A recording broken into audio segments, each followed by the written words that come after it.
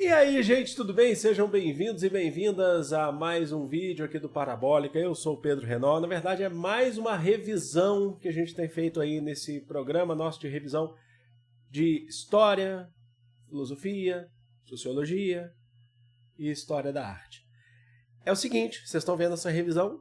Ela está sendo gravada, está em estreia no YouTube e eu já devo ter avisado aqui no YouTube ou na aba comunidade ou em redes sociais o porquê, porque eu estou me sentindo meio mal, então se eu fizesse uma revisão ao vivo ia demorar mais tempo do que eu estou podendo. Então nessa semana a gente está fazendo gravado, mas todas as revisões, com exceção dessa, as revisões de história e de filosofia são ao vivo às segundas, terças e quartas, aqui no nosso canal do YouTube, aqui no Parabólica. As revisões de história da arte e de sociologia, elas são gravadas. Então, como eu falei para vocês, com exceção dessa aqui de filosofia, que a gente vai trabalhar com um tema importante que pode, inclusive, ajudar vocês em redação, que é o tema do existencialismo. É isso mesmo, a gente vai falar sobre... Deixa eu aumentar aqui um pouquinho.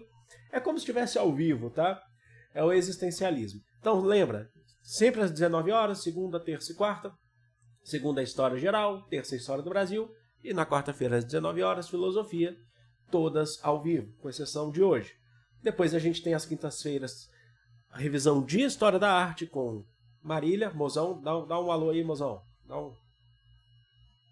E também sexta-feira é comigo em Sociologia. Nas quintas-feiras nós temos às 19 horas também, perdão, a nossa revisão do canal Renologia, que faz revisão de Biologia. O Thiago está fazendo revisão, meu irmão, professor de Biologia, está fazendo revisão para o Enem de Biologia desde maio, então vale a pena ir lá dar uma conferida, as revisões dele são muito bacanas, eu participo das revisões dele no chat, sempre dando uma força lá. Último recado, dá uma curtida aqui, que é um pedido na verdade, e o recado é que o link do material que a gente está utilizando nessa aula, assim como em todas as revisões, está aqui na descrição. Primeiro link da descrição, vocês já acham. É o seguinte, então vamos começar aqui com a nossa thumb. A gente já vai ter aqui uma outra questão que eu preciso explicar para vocês. Deixa eu colocar aqui. É que mudou aquele meu sistema de gráficos, de o quanto que uma matéria é cobrada, que eu sempre trago para vocês. Eu não encontrei, porque mudou o site que eu pego isso. Eu tenho uma conta no site. E eu não encontrei mais no novo layout do site. Então vou ficar devendo nessa para vocês. Espero que eu encontre para as próximas revisões. Tá aí, vamos falar de filosofia existencialista, alguns filósofos importantes, como o Heidegger, o Sartre. Isso pode ajudar demais, a gente vai fazer questões. Ao final, como a gente sempre faz, questões, principalmente questões de Enem, tá bom? Mas é um tema que é relativamente, moderadamente cobrado. Deixa eu me colocar aqui em cima. Pedrão aí no existencialismo, também aí do Mozão, Marília. Então, ficou muito bacana, né? Vamos lá. Então é o seguinte, gente, vamos começar aqui primeiro entendendo o conceito do que é a filosofia existencialista. Então a gente não tem muitos mistérios aqui não. Filosofia existencialista ela surge no século XIX e vai para o século XX, tá bom? Então a gente tem o Søren Kierkegaard, que é um filósofo dinamarquês. A gente vai trabalhar o Kierkegaard hoje. A gente tem o Nietzsche. No Nietzsche a gente já teve uma aula ao vivo, inclusive foi semana passada, e foi uma baita de uma aula, foi muito bacana a revisão. E chega ao século XX, principalmente nas figuras dos filósofos, o Jean-Paul Sartre, que vai definir principalmente o conceito contemporâneo de existencialismo, e de Martin Heidegger. Esse alemão, Sartre francês, Heidegger alemão. Eles têm diferenças teóricas, que são bem interessantes, então a gente vai passar aqui por essas diferenças, é legal notar essas diferenças, mas o que aproxima todos os filósofos para a gente chamá-los de existencialistas, inclusive o Nietzsche, que não se colocava muito em caixinhas, né? São os estudos dos seres humanos. A gente sempre vai estudar neles o que é o ser humano, o sentimento, a sua vida. Aqui a gente vai tocar no coração, é a questão da existência humana. Então o grande foco da filosofia existencialista é a existência humana.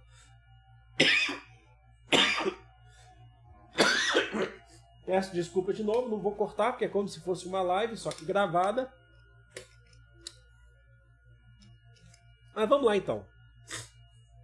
Vamos começar com Kierkegaard, lembrando que é uma revisão, mas aqui a gente já vai ter aspectos muito importantes para vocês, tá bom? Essa data aqui tá errada. 1815, é mais para frente aí, tá? Mas enfim. A gente tá falando do Søren Kierkegaard, é um teólogo, filósofo cristão, então existe um existencialismo cristão na obra do Kierkegaard, a gente acha, então a gente vai falar de existencialismo no ponto de vista cristão, dinamarquês, e é considerado o pai do existencialismo. Ele vai trabalhar aí com objetos de estudos como angústia e a vida pessoal, pautada no conceito de liberdade, inclusive dentro do cristianismo, e as escolhas subjetivas do ser humano. Então, a gente está falando de um filósofo que é cristão, a questão do existencialismo dentro do cristianismo. Então, vamos lá, já entender um pouquinho sobre o pensamento do Kierkegaard. Para o Kierkegaard, a gente passa por 3 estádios, ou estágios, mas ele chama de estádios, ou modos de vida. Vamos passar por esses 3 estádios para entender o que o Kierkegaard quer dizer. O primeiro, que é estético, certo? Então não tem muito segredo, que é a busca pelo prazer. Você tem um momento na sua vida que você passa a buscar o prazer, que é pautada no hedonismo. É um conceito, inclusive, que vem lá do Renascimento. O Kierkegaard está no século XIX, mas é um conceito que vem lá no Renascimento, que é o hedonismo, que é a busca pelo prazer constante. Você, em um determinado momento da sua vida, você quer atender os seus desejos sexuais e ir em busca de uma vida estética.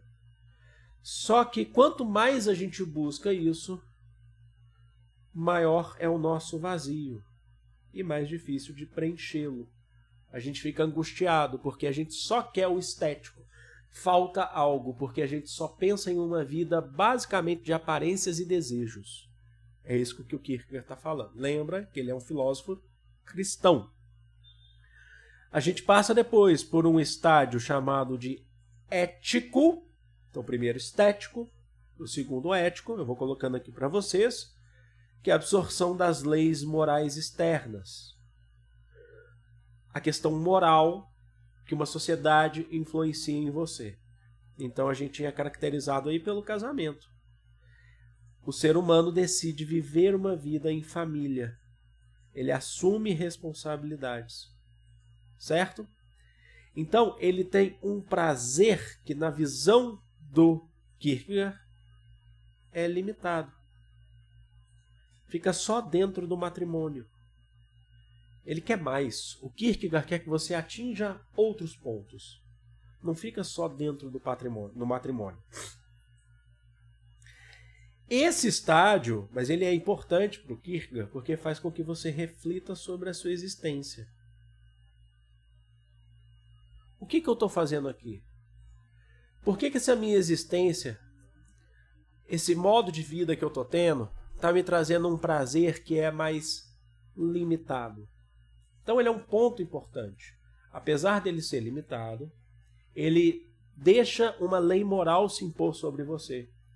Reflete isso no casamento, no matrimônio. Você passa a ter uma vida em família, e a tua felicidade precisa ser buscada dentro dessa família. E, enfim, a gente chega no chamado estádio religioso aqui para o Kierkegaard. É a fé em Deus. Certo? Então, você busca essa fé individualmente, sem a presença de leis. São dogmas. Então, é sem a presença moral cristã. É a sua fé. É você e a sua fé. Certo? Então, há uma crítica aqui, inclusive, à igreja. Ah, mas é um filósofo que acredita em Deus, cristão, mas faz uma crítica à igreja. Isso é importante destacar. E esse estádio não pode ser atingido pela ciência, porque é uma questão sua. Nem por nenhum outro tipo de explicação racional. É uma questão individual. É um negócio seu. Sabe? Não pode ser atingido pela ciência. Então, o indivíduo faz as suas escolhas na vida, que são subjetivas, e os seus sentimentos, que buscam preencher os vazios da vida. Então você está em constante luta para preencher os vazios de sua vida, a sua existência. E aí, para o Kierkegaard, os filósofos adoram isso, né? Aquele que atinge o estágio tal, né? Aquele que atinge o estágio religioso é a exceção da sociedade. Ele não vive com imposições externas. Lembra? Mas ele é um filósofo cristão, um existencialismo cristão. Mas ele é crítico ao conceito dogmático religioso. Então é isso que é importante. Ele está falando de Deus. Ele acredita em Deus. Ele fala que você precisa buscar a sua fé. Isso é importante para o Kierkegaard. E buscar essa fé, a escolha sua, não pode estar pautada em questões dogmáticas externas. Também não pode estar pautada em um prazer estético individual. Por isso que o estádio que ele vai falar que é o estético é a busca pelo prazer, é o hedonismo. O estádio, que é o ético, é a questão da imposição moral sobre a gente. Que aí estão te impondo um modelo de felicidade, um modelo de existência. E para o Kierkegaard não é legal. Enfim, o estádio religioso para ele é quando você busca a fé. E a ciência não pode discutir isso com você, a razão não pode discutir isso com você. É uma questão de opção sua. A moral religiosa não pode te impor. É uma questão de escolha sua, sem imposições externas. Aqui você busca preencher o teu vazio. Mas esse vazio, reparem, então é uma questão individual. Essa busca por preenchimento desse vazio. É uma questão individual, a sua saída desse modelo de angústia. Compreenderam? Então tá aí o Kierkegaard para vocês. Aí as coisas começam a ficar um pouquinho mais pesadas, a gente já chega lá no século XX.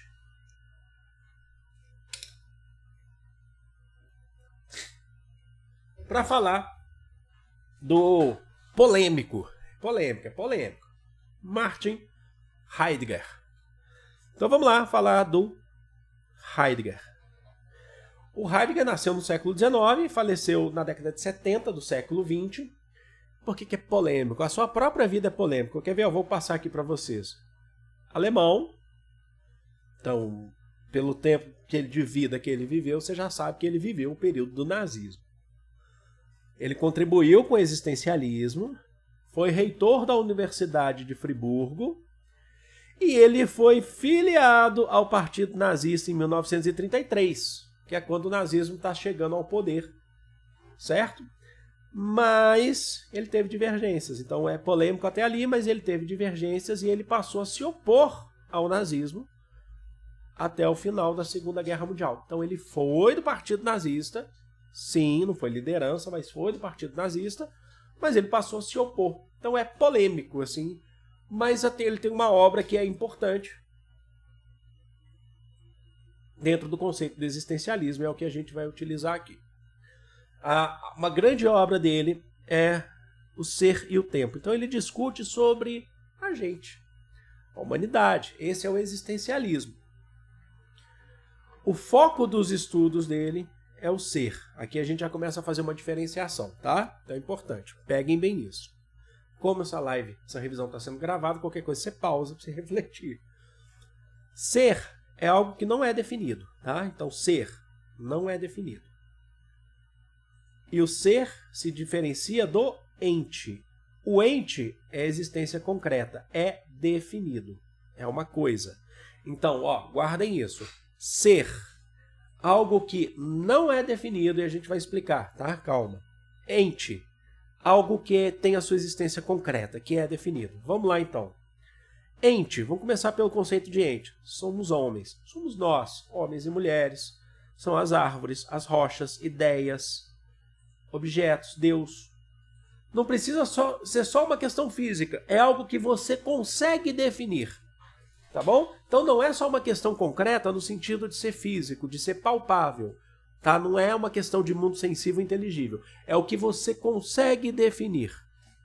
O que você consegue definir? É uma ideia que eu consigo falar para a gente colocar em prática. É Deus, eu consigo te trazer uma concepção de Deus. Sou eu, que eu me belisco, eu me aperto. Isso é o ente. Esses são os entes. Os meus entes queridos são os meus parentes queridos. Os seus entes queridos. Pessoas que você consegue definir. Tem nome. Vai lá e fala. Ser tem a ver com existência, com essência. Aquilo que fundamenta e ilumina a existência. Ou os modos de ser. A gente está falando de algo que é difícil de se definir. É a nossa existência, que é o grande embate, é o grande debate dos existencialistas. É difícil definir o que é a existência. Existir é o quê? Respirar? Não é fácil dizer. É a nossa essência, é o que está por dentro dessa carcaça. É o que está por dentro de uma carcaça de uma ideia. É a essência do ser. Vamos lá. Vamos lá, não perde foco não. A gente vai seguindo aqui, ó. Isso aqui é muito utilizado, inclusive, em faculdades de psicologia, tá? Para Heidegger, nós somos, aí vamos aos termos, Dasein. O que é Dasein? Sein significa ser. Ser está na essência, vocês lembram? Existência, essência, dá aí. A nossa existência está aí, ou a nossa essência está aí. Somos seres no mundo, somos jogados nesse mundo. Nós somos seres que estamos aqui no mundo, jogados nesse mundo. E por estarmos nesse mundo, nós temos possibilidades, e isso é muito bacana de se pensar. Nós temos diversas possibilidades. A gente é jogado num espaço específico, num tempo específico, Brasil, 2023, estamos vivendo aqui, e a gente precisa viver as possibilidades que existem nesse espaço e tempo, até a nossa morte. E por conta disso, que ser até a nossa morte, as nossas possibilidades não são infinitas. Nós temos uma limitação espacial e uma limitação temporal. A gente não define o tempo que você vai existir. Dá para escolher? Não dá. A gente não define o lugar que você vai nascer. Dá para escolher? Não dá. A partir daí você consegue escolher algumas coisas. Mas até então não. Até você chegar aqui não dá. Então nossas possibilidades não são infinitas. A gente não escolhe o local que nascemos, nem o tempo. Você só existe no mundo em relação ao mundo. Não dá para você existir se não existir o mundo. Parece muita viagem, você não acha também, mozão? Mas é muito sério isso, você concorda? Você só existe no mundo em relação ao mundo. Suponhamos que o mundo não existisse, o espaço e o tempo, a sua existência também não ia acontecer. E aí o Heidegger, ele vai definir para a gente que existe uma forma de existência, que é a existência autêntica. Aquele que existe de forma autêntica, com autenticidade. É aquele que assimila e entende todas as possibilidades que a gente pode buscar enquanto a gente vive dentro do conceito de espaço e tempo. Certo? Você compreende isso. Compreende que você tem possibilidades e que você pode buscar essas possibilidades. E que elas não são infinitas. A minha mãe, ela costumava dizer muita coisa assim pra gente quando a gente perdia oportunidades, que é o seguinte: a carruagem... O que ela falava carruagem, mozão? A carruagem da oportunidade está passando na sua frente. Você vai subir ou vai ficar? Hã? Que leva? Carruagem é uma coisa que leva. Ou você entra pra ela te levar pra... Ou você fica aí. É uma possibilidade de ficar também. É uma escolha. Mas e aí, você vai pegar? Qual que é a sua escolha?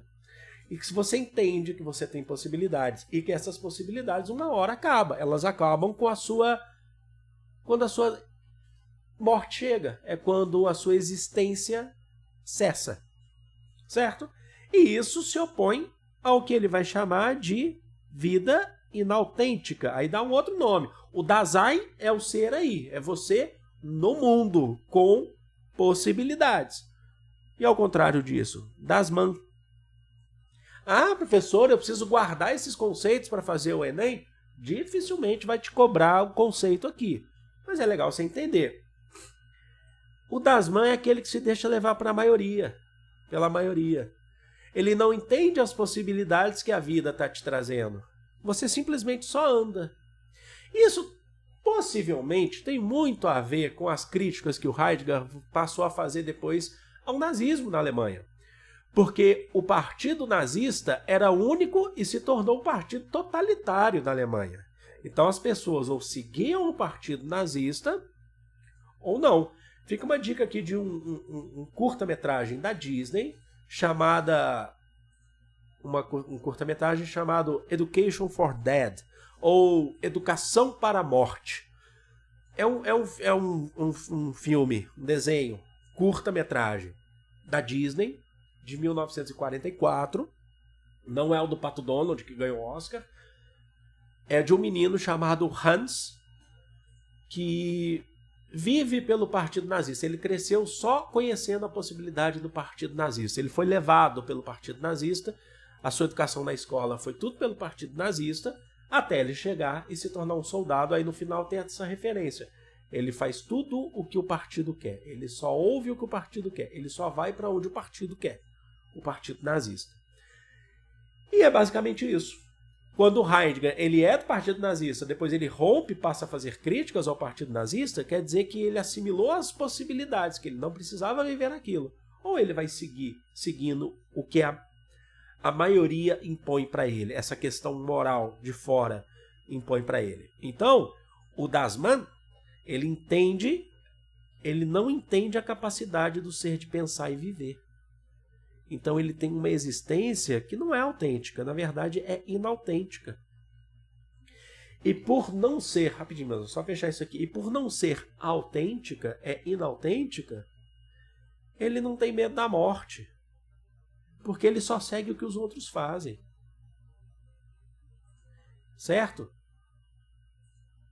Ele é um ser que caminha para a morte. É um ser para a morte, porque só se colocam isso para você. O Dasein, que é o que tem a existência autêntica, ele tem medo da morte. Ele sabe que a morte vai chegar e as suas possibilidades, as suas oportunidades cessarão. Então ele precisa ter medo da morte. O existencialismo não está falando que você não tem que ter medo. Ele precisa ter medo, porque ele sabe que as possibilidades cessam com a morte. Há, na concepção de Heidegger, uma finitude entre o espaço e tempo. Pode falar, mozão. O mozão quer vir aqui falar. Mas vira aqui para falar para o pessoal pegar o teu microfone. Vem cá.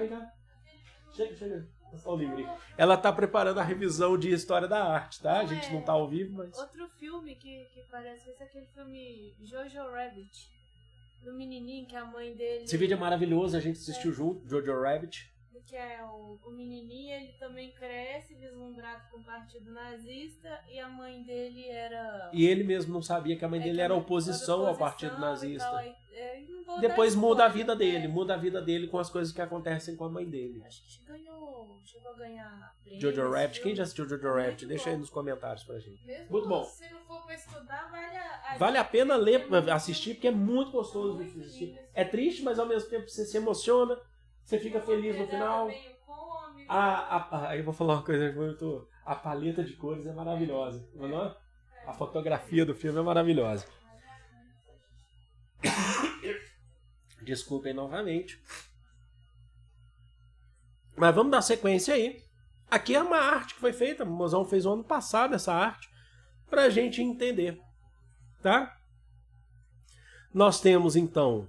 Aqui, logicamente, é uma metáfora da cegonha, que é um ser aí. O que é o Dasein? É o ser aí. Você é jogado no mundo, você não escolhe nem o espaço, nem o tempo, então é finito, e é finito também por causa da morte. Você tem possibilidades até a sua morte, mas você tem muitas possibilidades nesse mundo. Aí lembrando aquela concepção de ente é o mundo, é o que você consegue definir, enquanto que o ser é a existência, é mais difícil de se definir. O ser aí é jogado nesse mundo concreto, que você consegue definir, e você tem as possibilidades. Essas possibilidades cessam com a morte. O Dasein, aquele que consegue compreender esse quadrinho aqui, consegue compreender esse sistema que a gente está falando, deixa a ambulância passar, é aquele que tem a sua existência autêntica. Ao contrário disso, quando você só é seguido pela maioria, é uma existência inautêntica, certo? Vamos agora para o Sartre, né? Que é talvez aí o mais famoso, Jean Paul Sartre. O Jean Paul Sartre, 1905, então viveu boa parte aí do século XX. Ele foi o filósofo que, talvez o maior nome que a gente conhece hoje, não é que é o maior nome de todos, mas a gente conhece hoje da filosofia existencialista. Então ele é o que mais procurou propagar o conceito de existencialismo. E aí ele define uma coisa que é muito interessante para a gente. A existência precede a essência. Quer dizer que você existe antes de ser, antes de ter uma essência. O ser humano define a sua essência, a sua vida. Então ele joga a responsabilidade para você. A sua existência, certo? É um pouco diferente do Heidegger, que vai falar que a sua essência é jogada dentro de um mundo que existe. Tá bom? Então aqui você já existe e é daqui que você escolhe as coisas. Então a sua vida. É um pouco diferente só no começo, tá? Do Heidegger. Não é Deus, não é nenhuma outra forma pré-concebida. Cada um responde pelos seus próprios atos. As suas escolhas podem causar angústias, pois afetam o mundo, podem afetar o mundo de maneira irreversível. Então, cuidado com o que você escolhe, que isso pode modificar a sua vida, pode modificar a vida de quem está em volta de vocês, do mundo. E aí, para o Sartre ele já é um intelectual, professor também. Os intelectuais desempenham um papel ativo na sociedade, contribuindo para o uso de nossa consciência e escolhas de forma adequada. Se relaciona com os outros e com as coisas. É a forma que ele se relaciona com os outros e as coisas. O Heidegger, inclusive, ele tem uma atuação... o Sartre, ele tem uma atuação muito interessante no ano de 68, na França, nas revoluções que acontecem no mundo, nas críticas dos franceses, o movimento estudantil francês, como professor, inclusive, que você sabe que na década de 60, na França, você teve críticas contra os modelos educacionais impostos pelo governo do Charles de Gaulle, presidente francês, certo? Que era considerado um ditador. E aí você teve... O ano de 68 é um ano fantástico em relação à busca por liberdade sexual, é período de queima de sutiãs, na França, o movimento estudantil se libertando. Então é muito importante, isso tem uma influência do marxismo também, mas a gente vai focar aqui na questão existencialista em Sartre. Lá na obra dele, que é o Ser e o Nada, atenção, o Sartre define duas formas de existência. Atenção, então vamos lá. Uma, ser em si, certo? É um objeto, uma coisa, é o que é oco. É o ser em si. Não tem consciência. E o ser para si, que é a consciência. Então, o ser em si é algo que não tem consciência. O ser para si é algo que tem consciência. Então, esse é um ponto importante. Vamos lá que a gente vai trazer alguns exemplos aqui.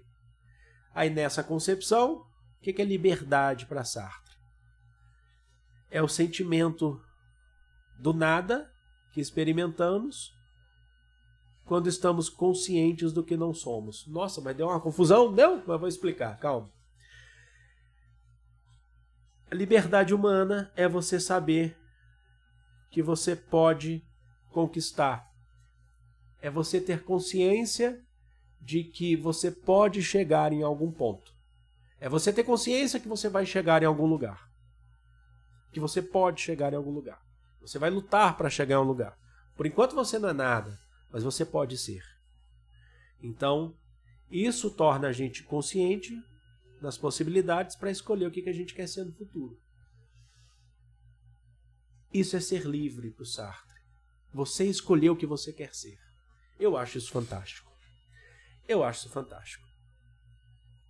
E aí, acho legal isso porque tem a ver, não é Sartre, mas tem a ver com o existencialismo, inclusive em Sartre, quando a gente pensa, por exemplo, na companheira de Sartre durante um tempo. Quem foi, mozão?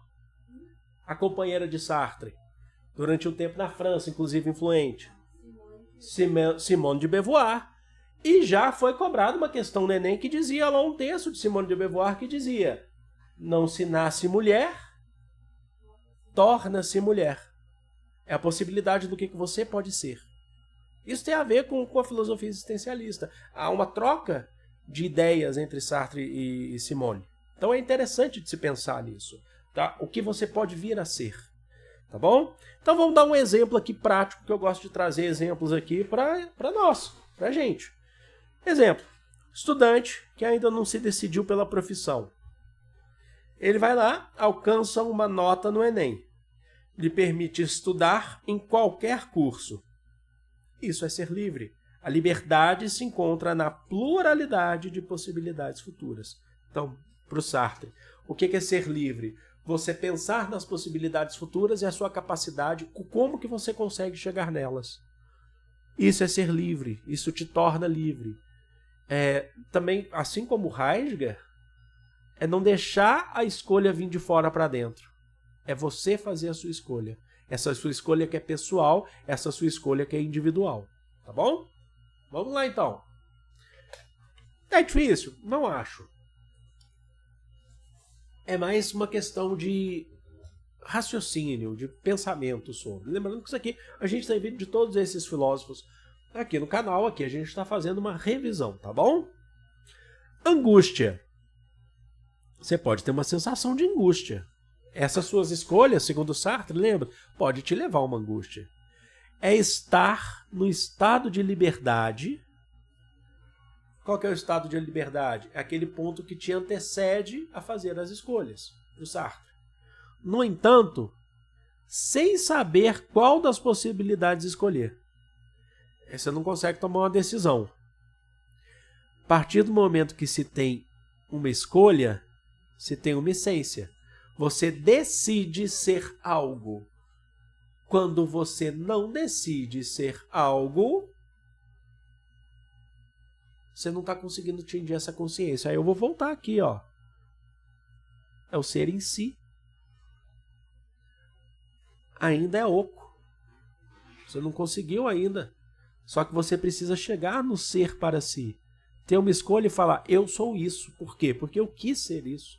Eu escolhi ser isso. Então, enquanto você não toma a sua decisão, vem o sentimento de angústia. Vamos dar um exemplo? Compramos um bolo de festa para uma celebração do dia seguinte. Ok. E aí a gente vai lá e guarda o bolo na geladeira. Onde que está a angústia? Essa é maldade. A angústia se encontra no fato de saber que nada me impediria de comê-lo. Se eu comer ele antes, não tem a festa que a gente está planejando.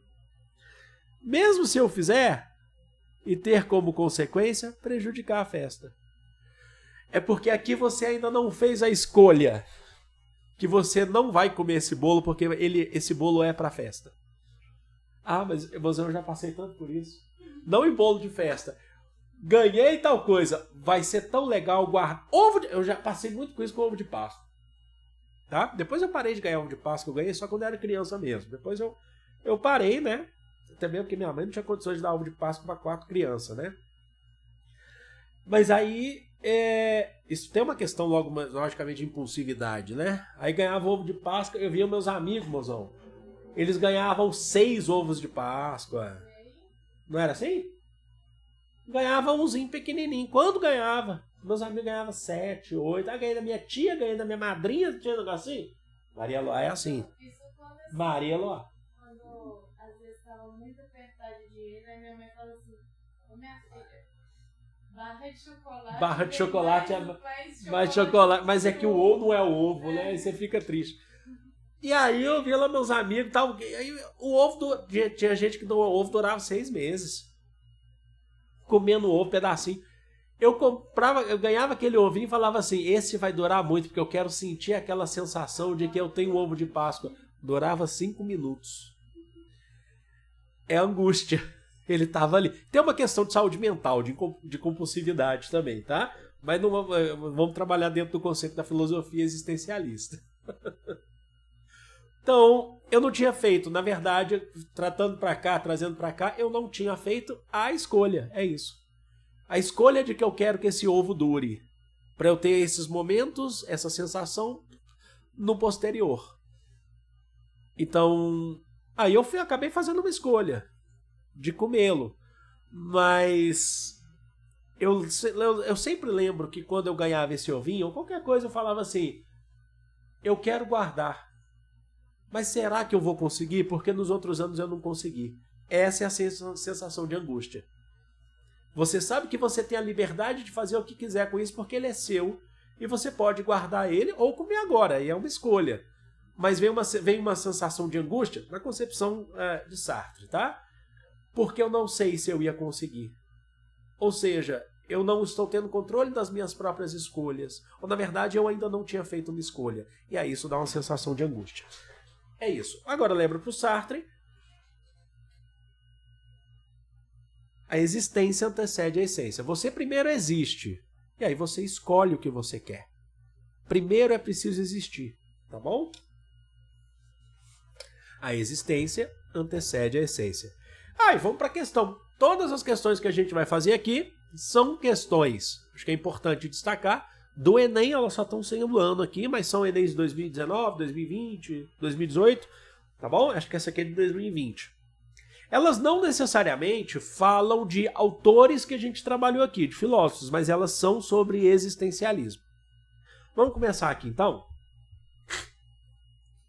Em primeiro lugar, é preciso libertar-se do preconceito, segundo o qual a filosofia é apenas uma disciplina particular, apenas o trabalho de um círculo restrito de pessoas que dedicam sua atividade a refletir e a indagar sobre certos tipos de problema. A filosofia é isso também, mas não é só. Deve haver uma filosofia como ato existencial, que faz do homem um ente que pergunta, duvida, teme e age para dominar o futuro. O ser humano que pensa. De acordo com a corrente do pensamento do século XX, e aí ficou acho bem claro, da qual o texto trata, o tema fundamental da filosofia, de acordo com o texto, é a realidade humana, seus sentidos e possibilidades. B, o mundo físico, sua essência e leis. Já pode cortar aqui que não é sobre leis reguladoras. C, lógica, suas interferências e estudos de validade. Acho que ficou bem fraca, né? D, imaginação, é só imaginar. Seus objetos e contribuições. E E, conhecimento, sua natureza e condições. Não é sobre conhecimento, é sobre existir e ter possibilidades. Alternativa A. Qual que é a realidade humana? Existir e, a partir dessa existência, encontrar o seu sentido e ver as suas possibilidades. Não é uma questão difícil na minha concepção. levando em consideração o que nós falamos aqui agora há pouco, tá bom? Vamos lá. Segunda questão. A morte de Ivan Ilyich Tolstói descreve com detalhes repulsivos o terror de encarar a morte iminente. Ilyich adoece depois de um pequeno acidente e logo compreende que se encaminha para o fim. Está encaminhando para o fim depois que sofre o acidente. De modo impossível de parar. Não tem mais como parar. Vai morrer. Vai acabar. Abre aspas. Nas profundezas de seu coração, ele sabia estar morrendo. Mas em vez de se acostumar com a ideia, simplesmente não o fazia e não conseguia compreender. Eu não compreendo que eu simplesmente vou morrer. Eu não consigo ter essa compreensão.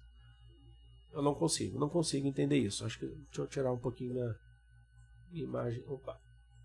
Tá aqui em cima, vou colocar aqui embaixo. O texto descreve a experiência do personagem de Tolstói diante de um aspecto incontornável. Qual que é o aspecto incontornável de nossas vidas? É a morte. Quando ela chega, não há o que se faça. Esse aspecto foi um tema central da tradição filosófica e a gente trabalhou isso aqui, então acho que nem fica difícil essa questão. Não é sobre a questão marxista, que a gente está falando de um modelo social e econômico, no contexto do materialismo histórico e dialético. Logicista, no propósito do entendimento dos fatos, então a gente está falando sobre lógica e sobre fatos, não é sobre fato de uma sociedade. Utilitarista, no sentido da racionalidade das ações, sempre de você ter ações racionais, também não é o debate, algumas pessoas podem até confundir. Pós-modernista, na discussão da fluidez das relações, aí entraria o Zygmunt Bauman aqui falando de pós-modernismo, dessa sociedade líquida, e não é o tema. Sobrou o quê? Que a gente já marca. É uma questão de existência. Na questão do reconhecimento de si. Quando a gente pensa lá no Heidegger, é aquele que fala, a sua existência é finita. Acaba. Então as possibilidades também são finitas. Primeiro que você não escolhe lugar nem tempo. E uma hora você vai morrer. Difícil? Não achei.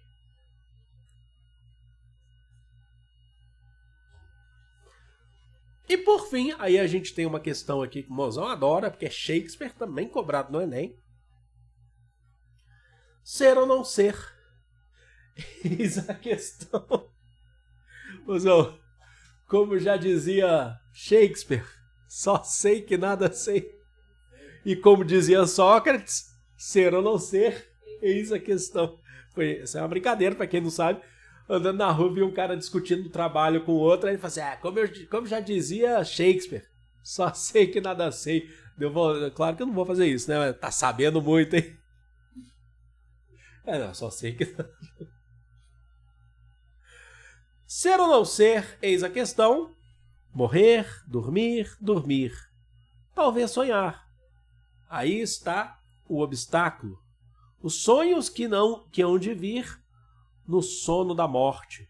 Quando tivermos escapado do tumulto vital, nos obrigam a hesitar. E é essa a reflexão que dá à desventura uma vida tão longa. Então aí, da obra, né, da peça Hamlet, do Shakespeare. Esse solilóquio... Mas o que é um solilóquio? Solilóquio. Escreve aí, solilóquio. É uma peça de teatro? Ou um trecho? Solilóquio.